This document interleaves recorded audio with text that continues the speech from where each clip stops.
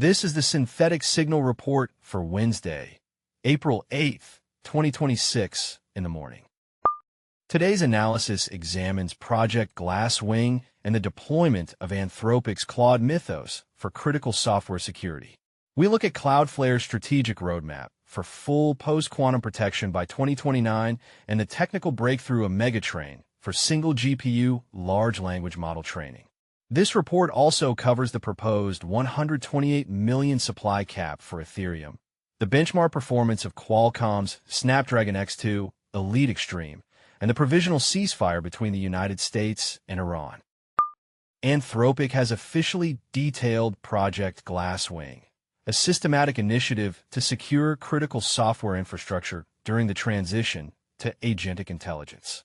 Central to this project is the Claude Mythos preview, a specialized model designed to identify zero-day vulnerabilities across major software systems. This is a signal from the future.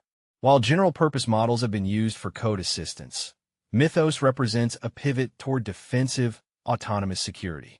The system card for Claude Mythos reveals it was assessed for high-level cybersecurity capabilities, specifically its ability to perform multi-step exploitation and complex vulnerability research. Project Glasswing frames this not just as a code generation tool, but as a mandatory security layer for the software supply chain. The analytical community is currently evaluating the Mythos preview's ability to find thousands of flaws in legacy systems that have previously resisted static analysis. This development matters because it marks the end of security through obscurity. As these models become more accessible, the speed at which vulnerabilities are found will likely outpace the ability of human teams to patch them, necessitating the agentic security frameworks currently being discussed by industry leaders. Cloudflare has announced a definitive target of 2029 for achieving full post-quantum security across its global network. This move is a grounded response to the harvest now, decrypt later threat, where encrypted data intercepted today could be decrypted once fault-tolerant quantum computers emerge.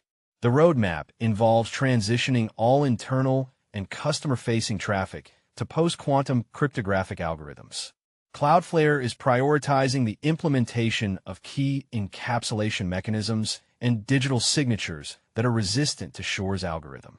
This is an update to previous incremental tests of post-quantum TLS. By setting a 2029 deadline, Cloudflare is forcing a shift in how Internet standards are implemented at the edge.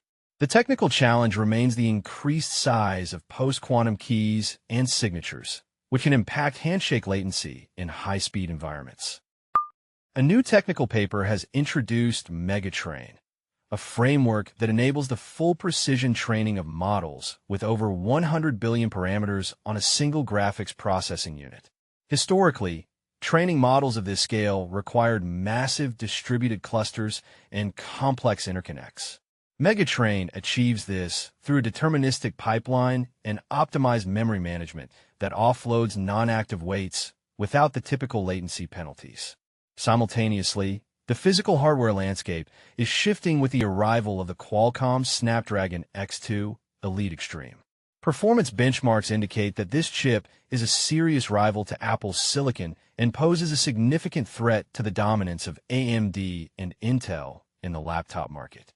The X2 Elite Extreme focuses on performance per watt, specifically targeting the requirements of Copilot Plus PC specifications. This hardware allows for high-density local inference, which complements the software-level efficiencies introduced by frameworks like MegaTrain. In the decentralized sector, a new proposal suggests implementing a hard supply cap of 128 million on Ethereum. Currently, the supply sits at approximately 121 million, leaving roughly 7 million of headroom. The proponents argue that while the current fee burn mechanism under EIP 1559 is elegant, a hard cap provides a simpler, more predictable monetary policy that formalizes scarcity. This proposal is intended to move Ethereum from a dynamic equilibrium model to a fixed asset model, similar to Bitcoin.